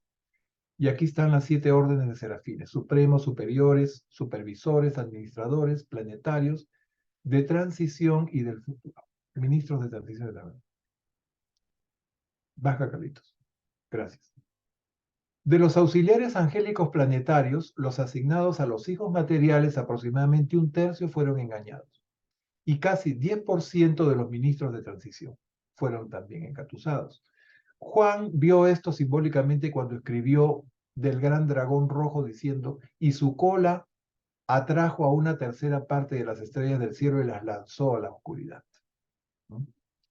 La pérdida más grande aconteció en las filas angélicas, pero la mayoría de las órdenes más bajas de inteligencia participaron en la deslealtad. De los 681.217 hijos materiales perdidos en Satania, el 95% se perdieron en la rebelión de Lucifer. Grandes números de seres intermedios se perdieron en los planetas individuales cuyos príncipes planetarios abrazaron la causa de Lucifer. Eso sucedió durante. De los 50.000 intermedios primarios, 40.000 se plegaron, o más. Y de los secundarios, bueno, de los secundarios habían 1.864 y quedaron 1.111. En muchos aspectos, esta rebelión fue la más desastrosa y de mayor magnitud de todos estos sucesos en Nevadón. Hubo más personalidades comprometidas en esta insurrección que en las otras dos juntas. El deshonor eterno para ellos, que los emisarios de Lucifer y Satanás no exceptuaron las guarderías de capacitación de infantes en el planeta cultural finalista, sino que más bien intentaron corromper estas mentes en desarrollo misericordiosamente salvadas de los mundos evolucionarios, puede comentar esto. Los mortales ascendentes, Ketita, ¿puedes leer el siguiente párrafo? Los siguientes. Bien, los mortales ascendentes eran vulnerables, pero resistieron a los sofismas de la rebelión mejor que los espíritus más bajos. Aunque cayeron muchos en los mundos de estancia más bajos, aquellos que no habían logrado la fusión final con sus ajustadores, está registrado para gloria de la sabiduría del esquema de ascensión que ni uno solo de los integrantes de la ciudadanía ascendente de Satania, residentes en Jerusalén, participó en la rebelión de Lucifer. Hora tras hora y día tras día, las estaciones emisoras de todo Nevadón estaban repletas de ansiosos observadores de toda clase imaginable de inteligencias celestiales, que examinaban ávidamente los boletines sobre la rebelión de Satania y se regocijaban al oír narrar continuamente los informes de la lealtad inflexible de los mortales ascendentes, que bajo el liderazgo de Melquisedec triunfaron en su resistencia a los esfuerzos combinados y prolongados de todas las sutiles fuerzas del mal que tan rápidamente se habían congregado bajo el estandarte de la secesión y el pecado. Pasaron más de 2 años de tiempo del sistema entre el comienzo de la guerra en los cielos y la instalación del sucesor de Lucifer. Pero finalmente llegó el nuevo soberano al mar de cristal con su séquito. Me encontraba entre las reservas movilizadas en Edentia por Gabriel, y recuerdo bien el primer mensaje del Anaforge, padre de Norlatiadec. Decía: no se ha perdido un solo ciudadano de Jerusalén. Todos los mortales ascendentes sobrevivieron la dura prueba y surgieron de la comprueba crucial, triunfadores y victoriosos. Y este mensaje llegó a Salvington, Ubersa y el Paraíso, transmitiendo la certidumbre de que la experiencia de sobrevivir en la ascensión mortal es la mayor protección contra la rebelión y la salvaguardia más segura contra el pecado. Este noble grupo de mortales fieles de Jerusalén sumaba 187.432.811. Con la llegada del Anaforge, los archirrebeldes fueron derrocados y privados de todo poder gobernante, aunque se les permitió movilizarse libremente por Jerusalén, las esferas morontiales y aún los distintos mundos habitados. Ellos continuaron sus esfuerzos de decepción y seducción para confundir y descarriar las mentes de los hombres y de los ángeles. Pero en cuanto a su tarea en el monte administrativo de Jerusalén, no se halló ya lugar para ellos. Aunque Lucifer fue privado de toda autoridad administrativa en Satania, no existía por aquel entonces ningún poder ni tribunal del universo local que pudiese detener o destruir a este maligno rebelde. En aquella época Miguel o Micael no era un gobernante soberano. Los ancianos de los días apoyaron a los padres de la constelación en la toma del gobierno del sistema, pero no han emitido jamás ninguna decisión subsiguiente en las muchas apelaciones aún pendientes respecto del estado presente y de la disposición futura de Lucifer, Satanás y sus asociados. Así pues, estos archirrebeldes pudieron deambular por todo el sistema en busca de la incursión ulterior de sus doctrinas de descontento y autodeserción. Pero en casi 200.000 años urantianos han sido incapaces de engañar a otro mundo. No se ha perdido ningún mundo de Satania desde la caída de los 37, ni siquiera aquellos mundos más jóvenes que fueron poblados después del día de la rebelión. Gracias, Ketty. Bien, o sea, la rebelión se extendió por todo el sistema local de Satania y solo 37 mundos se plegaron. Estos serían como los municipios, como explicó muy bien Luis. Sin embargo, todo el sistema quedó aislado espiritualmente de la constelación, gracias a los supervisores de los circuitos. Recordemos quiénes son estos supervisores, ¿no? Son creados por el Espíritu Infinito, están entre las personalidades más elevadas del Espíritu Infinito. Gozan de antigravedad como los mensajeros solitarios, los directores del censo y otros, ¿no? Mantienen sus sedes centrales en las capitales de los superuniversos. En Overs hay 84.691. Son supervisores de circuitos físicos, morontiales y espirituales. El supervisor terciario número 572.482 es Andobonte, el que nos cortó a nosotros, ¿no? Cortó Orantia. Y ha pertenecido a Nevadón desde el inicio del universo. Forma parte del séquito de Micael también. Y otra cosa interesante que nos cuenta Melquisedec, que redacta el documento, es que hubo un príncipe planetario, el de Panoptia, que no pudo entregar el planeta. O sea, él se plegó como príncipe planetario a la rebelión, ¿no? Pero se dio con una fuerte resistencia capitaneada por los Melquisedec y nos dicen, una joven lideresa mortal llamada Elanora. O sea, que los mortales también pudieron intervenir en defensa de Micael, ¿no es cierto? Es evidente que se trataba de un mundo bien avanzado espiritualmente. Caligaste, en cambio, sí logró engañar fácilmente a los pueblos primitivos de Orantia. Bien. Y nos dicen que estos leales panoptianos se encargan ahora de la esfera del Padre y sus satélites prisión en Jerusalén. La rebelión involucró a mucha gente, algunos portadores de vida y muchos hijos materiales, acompañantes de Morontia, maestras de los mundos mansión, serafines, pero ninguna serafín del orden supremo, tampoco convenció a ningún Melquisedec, ni arcángel, ni estrellas vespertinas, nada por encima del rango de los Lanonandex. Básicamente involucró Lanonandex, primarios, secundarios, y los subalternos.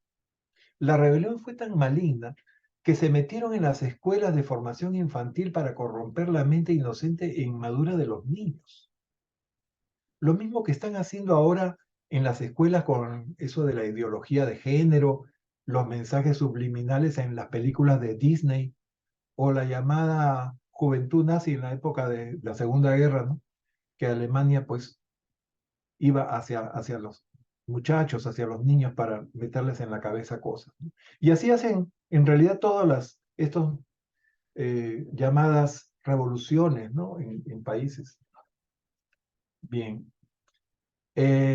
Nos dicen también que los mortales ascendentes fusionados resistieron mejor a la tentación de plegarse a la rebelión que los no fusionados.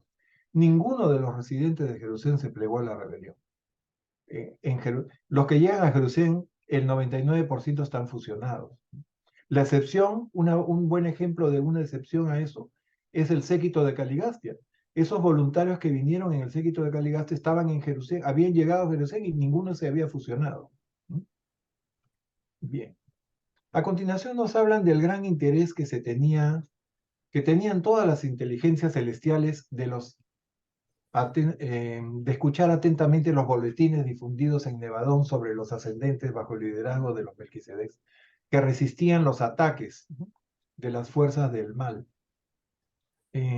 Tomó más de 2 años que llegara la Anaforgia.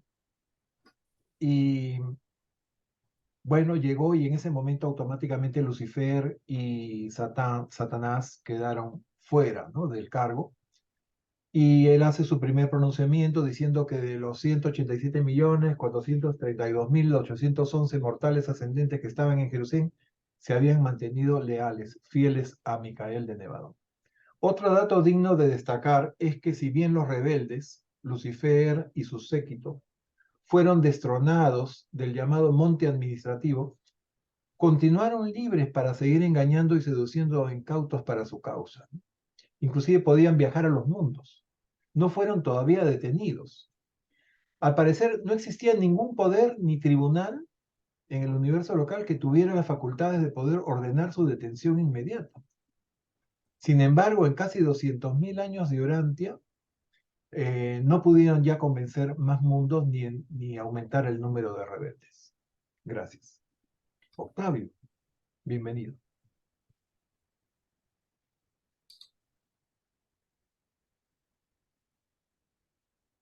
Octavio, tu micro está cerrado. Hermanito, gusto en verlos a todos. Buenas tardes. ¿Cómo estás, Octavio? Muy breve, que estamos cortos de tiempo. Solo una pregunta, hermano Pepe. Urantia no fue la única esfera que entró en rebelión, ¿verdad? Entonces mi pregunta era si las demás esferas estaban en la misma etapa del príncipe planetario. O sea, si todas fueron en ese momento cuando ellas estaban en príncipe planetario o había otras que a lo mejor estaban en otra etapa. De hecho, la mayoría estaban en una etapa más avanzada que Urantia. Urantia es el planeta 606 de Satania, ¿no? De 619. Y ponen el caso de Manotia, que el príncipe quiso plegarse, pero los Melquisedec y los mortales, capitaneados por una dama, ¿no? Ahí mencionan a Elanora, impidieron que entregara el planeta. Se dan cuenta ese nivel espiritual que tenían, ¿no? Entonces habría otras es de lo más primitivo. ¿Ah? Ellos estaban en otra etapa, más adelante. Obviamente, mucho más desarrollados espiritualmente. Porque el libro nada más habla de los príncipes planetarios como Caligastia, de esa orden, pero no habla de las demás órdenes. Por eso me pregunté. Gracias. Solo ponen el ejemplo de Panoplia. Gracias. Betty, vas a preguntar. Mira, pienso que según de repente era una condición para los 100 de Caligastia no estar fusionados. Porque ¿cómo vas a estar fusionado y vas a vivir en un mundo material, no? Tienes razón, claro. Solamente podían presentarse No podían estar fusionados. no fusionados para recibir un cuerpo. Pero acá no recibieron ajustadores, que yo sepa. Bueno. Julieta. Qué pena José, continuar, Julieta. Rapidito, solo para Miguel Soto colocó la cita que hablamos anteriormente. Ambos grupos de seres intermedios rebeldes están ahora detenidos aguardando la adjudicación final en los asuntos de la rebelión del sistema. Lo que quería aclarar era que Belcebú no estaba. ¿La han silenciado o ella ha cerrado su Los seres intermedios estaban detenidos. Está en la 77, lo colocó José Soto en el grupo. Gracias. Ok, gracias. Continuamos, por favor, Luisito y Amizar. 8. El Hijo del Hombre en Urantia. Lucifer y Satanás deambularon libremente por el sistema de Satania hasta que se completó la misión de autootorgamiento de Micael en Urantia. Estuvieron juntos en vuestro mundo por última vez en el momento de su ataque combinado contra el Hijo del Hombre. Anteriormente, cuando los príncipes planetarios, los hijos de Dios, se congregaban periódicamente, Satanás también concurría, afirmando que representaba a todos los mundos aislados de los príncipes planetarios caídos. Pero desde el autootorgamiento final de Micael no se le volvió a acordar dicha libertad en Jerusalén. Posteriormente a sus esfuerzos por corromper a Micael durante su autootorgamiento en la carne, toda compasión por Lucifer y Satanás ha perecido en toda Satania, o sea, fuera de los mundos aislados del pecado. El autootorgamiento de Micael terminó la rebelión de Lucifer en toda Satania, fuera de los planetas, de los príncipes planetarios apóstatas. Y este fue el significado de la experiencia personal de Jesús poco antes de su muerte en la carne, cuando cierto día exclamó a sus discípulos: y contemplo cómo cae Satanás desde el cielo como un rayo. Había concurrido a Urantia con Lucifer para sostener una última contienda crucial.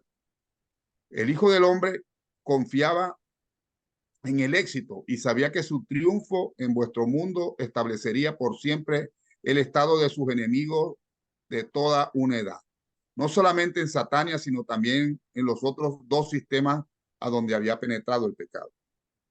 Hubo supervivencia para los mortales y certidumbre para los ángeles, cuando vuestro maestro, en respuesta a las propuestas de Lucifer, respondió calmadamente y con certidumbre divina: ponte detrás de mí, Satanás. Ese fue, en principio, el fin verdadero de la rebelión de Lucifer. Es verdad que los tribunales de Ubersa aún no han emitido la decisión ejecutiva respecto a la apelación de Gabriel solicitando la destrucción de los rebeldes, pero un tal decreto indudablemente será emitido en la plenitud del tiempo, puesto que el primer paso en la adjudicación de este caso ya ha sido tomado. El Hijo del Hombre reconoció a Caligastia como príncipe técnico de Urantia hasta cerca del tiempo de su muerte. Dijo Jesús: ahora es el juicio de este mundo, ahora caerá el príncipe de este mundo. Luego, aún más cerca de completar la misión de su vida, anunció: el príncipe de este mundo es juzgado. Y es este mismo príncipe derrocado y desacreditado que cierta vez fue llamado Dios de Urantia. La última acción de Micael antes de abandonar Urantia consistió en ofrecer misericordia a Caligastia y Daligastia, pero despreciaron su tierna oferta. Caligastia, vuestro príncipe planetario apóstata, aún está libre en Urantia de perseguir sus nefastos designios, pero no tiene absolutamente ningún poder para entrar en la mente de los hombres, ni tampoco puede acercarse a sus almas para tentarlas o corromperlas, a menos que realmente deseen ser maldecidas por su malvada presencia. Antes del autootorgamiento de Micael, estos gobernantes de la oscuridad trataron de mantener su autoridad en Urantia y persistentemente se resistieron a las personalidades menores y subordinadas. Pero a partir del día de Pentecostés, este traicionero Caligastia y su igualmente despreciable asociado Daligastia son serviles ante la majestad divina de los agustadores del pensamiento, paradisíacos, y el protector espíritu de la verdad, el espíritu de Micael, que ha sido derramado sobre toda la carne. Pero aún así, ningún espíritu caído tuvo jamás el poder de invadir la mente o de acosar las almas de los hijos de Dios. Ni Satanás ni Caligastia podían tocar o acercarse a los hijos de Dios por la fe. La fe es una armadura eficaz contra el pecado y la iniquidad. Es verdad, aquel que nace de Dios se guarda y el maligno no le toca. En general, cuando se supone que los mortales débiles y disolutos están bajo la influencia de los diablos y demonios, es que les dominan meramente sus propias tendencias inherentes y viles, siendo descarriados por sus propias propensiones naturales. Al diablo se le han acreditado mucho del mal que no le pertenece. Caligastia ha sido comparativamente impotente a partir de la cruz de Cristo. Y ponía una nota sobre todo sobre esto último.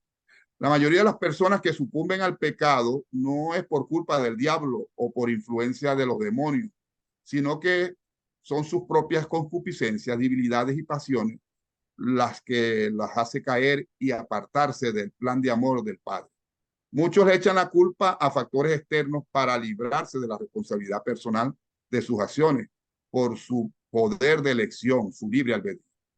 Jesús, entre otras cosas, vino a liberar al hombre del miedo y de las supersticiones, de todos los mitos de posesiones demoníacos, de espíritus de muertos atormentados que acosan a los vivos. Todas falsedades para mantener al hombre sometido al miedo y el terror. Y aunque estas creencias son propias de épocas primitivas e ignorantes, aún persisten en nuestro mundo actual con toda su evolución de conciencia y desarrollo tecnológico alcanzado. Noveno, el estado presente de la rebelión. En los primeros días de la rebelión de Lucifer, Micael ofreció salvación a todos los rebeldes, a todos los que demostraran un arrepentimiento sincero. Ofreció, en cuanto llegara a la completa soberanía universal, perdón y restablecimiento a alguna forma de servicio universal.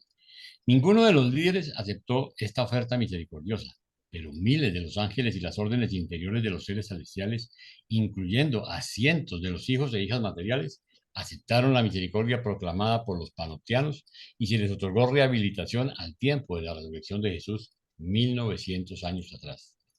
Estos seres desde entonces han sido transferidos al mundo del Padre de Jerusalén, en el cual deben permanecer técnicamente hasta que los tribunales de Ubersa emitan una decisión en el sumario de Gabriel versus Lucifer, Pero nadie duda de que cuando se emita el veredicto de aniquilación, estas personalidades arrepentidas y salvadas serán eximidas del decreto de extinción. Estas almas en probatoria trabajan ahora con los panoptianos en el área de cuidar el mundo del Padre. El archiengañador no ha estado en Urantia desde los días en que intentó desviar a Micael del propósito de completar el autootorgamiento y de establecerse final y certeramente como gobernante incondicional de Nevadón. Cuando Micael se volvió el jefe establecido del universo de Nevadón, Lucifer fue detenido por los agentes de los ancianos de los días de Ubersa y desde entonces ha estado encarcelado en el satélite número 1 del grupo del Padre de las esferas de transición de Jerusalén. Y aquí los gobernantes de otros mundos contemplan el fin del soberano infiel de Satania. Pablo conocía el estado de estos líderes rebeldes después del autootorgamiento de Micael, pues escribió que los jefes de Caligacia, que eran huestes espirituales de maldad en las regiones celestiales. Al asumir la soberanía suprema de Nevadón, Micael solicitó de los ancianos de los días la autoridad para internar a todas las personalidades que participaron en la rebelión de Lucifer hasta que se emitiesen las decisiones de los tribunales superuniversales en el juicio de Gabriel versus Lucifer, asentado en los registros del Tribunal Supremo de Ubersa casi 200.000 años atrás, en vuestra medida del tiempo.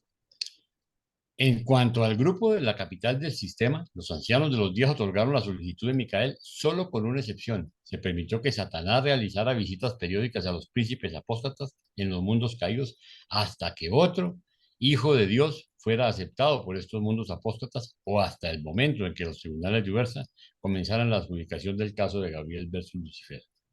Satanás podía venir a Urantia porque no había un hijo de alta categoría en residencia, ni un príncipe planetario, ni un hijo material.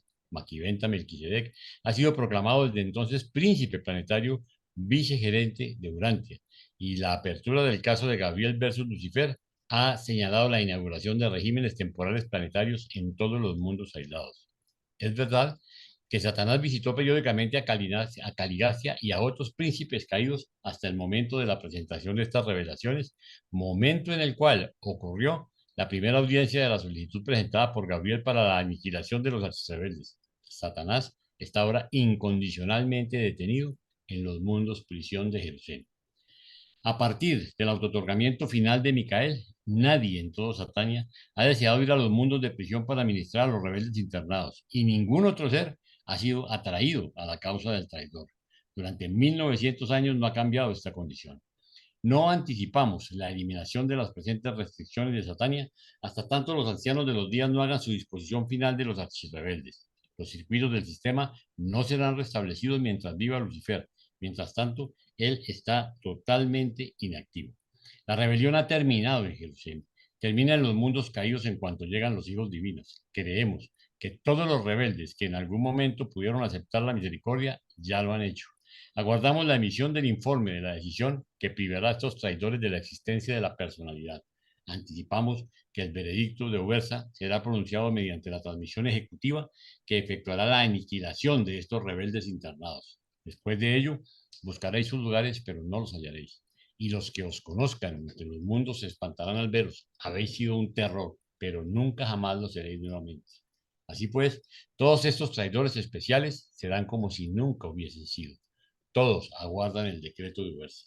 Pero durante muchas edades, los 7 mundos de prisión de la oscuridad espiritual en Satania han constituido una advertencia solemne para todo Nevadón que proclama elocuente y eficazmente la gran verdad de que el camino del transgresor es duro y que cada pecado encierra la semilla de su propia destrucción, que la plaga del pecado es muerte. Presentado por Manovandet Melquisedec, anteriormente vinculado a los cínicos de Urantia. Preparado por José Yesca, Luis Villamizar y Jaime Rey Albornoz. Ok, ahora sí, si tienen alguna inquietud. Un último comentario quería hacer.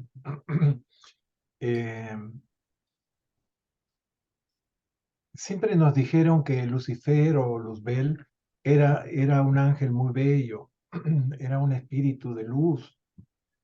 ¿Lo seguirá siendo? Me pregunto, ¿no? Yo creo que no.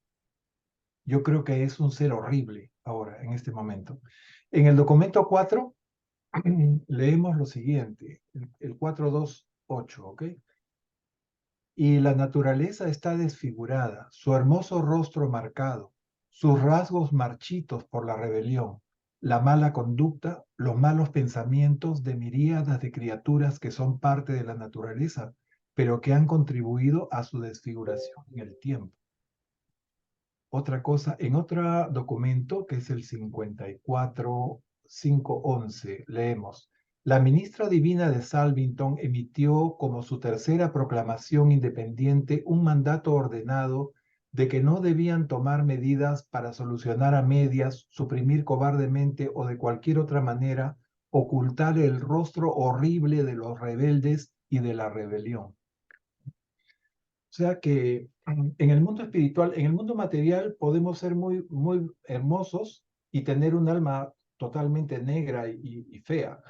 Pero en el mundo espiritual sí se refleja lo que es nuestro ser, ¿no? El cuerpo espiritual refleja fielmente nuestros sentimientos y o sea, si tenemos los valores de verdad, belleza y bondad, ¿no? Divinos, eso se refleja en hermosura, pero cuando eso se va, se pierde, queda algo, yo diría, bastante espeluznante.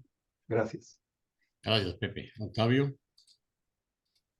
Hermanitos, ahí llama la atención cómo la ministra Dina se parece a las madres de aquí de Urantia. Cómo una madre se puede expresar así de su hijo y sobre todo a ese nivel espiritual. Entonces, yo quería destacar eso, ¿no? Se me hace algo duro, pero no lo podría yo creer de ella. Más sin embargo, lo dijo. Eso, para mí es relevante y se asemeja a la conducta humana de nosotros como urantianos, porque aquí ya vemos padres que no somos correctos. Octavio, ¿de qué estás? Probablemente la ministra divina dijo eso por decepción, ¿no? No lo puedo entender de otra manera, porque es su hijo y se expresa de esa manera. Gracias. Octavio, exactamente de qué estás hablando. Seguramente se refiere al párrafo 54.511. Acaba de leer el hermano Pepe. Dice, no hacer nada por tratar de maquillar o de ocultar el rostro horrible de los rebeldes y la rebelión. O sea, dejen que cada uno refleje lo que tiene dentro, ¿no? Lo que es en sí. Eso es lo que dice la ministra, ¿no? Pero ponerles el castigo de deformarse, hermano. ¿Ah? Porque previamente usted comentó que se deforman, sus expresiones diferentes, se van demacrando, todo eso. Tiene que ser por algún, por lo que hicieron, ¿no? Pero se me hace un poco fuerte a ese nivel. Bueno, es lo que yo pienso. Gracias. Yo creo que aquí también lo vemos. Nosotros vemos la gente que obra mal va cogiendo facciones distintas, o sea, va transformándose su físico y todo, porque uno transmite lo que es, definitivamente lo que lleva adentro, ¿no? Puede que sea a menor grado que espiritualmente, que sea menos visible, pero también se ve la transformación. Bueno, mis queridos amigos, quiero agradecerles por su tiempo, especialmente quiero agradecerles a Ketty, a Pepe, a Luis, que nos acompañaron hoy, nos ayudaron con la clase, y si Dios quiere, nos vemos dentro de 8 días y la clase la subiremos como de costumbre en la noche. Mil gracias por su compañía. Gracias a todos. Gracias. Muchas gracias. Gracias. Gracias a todos.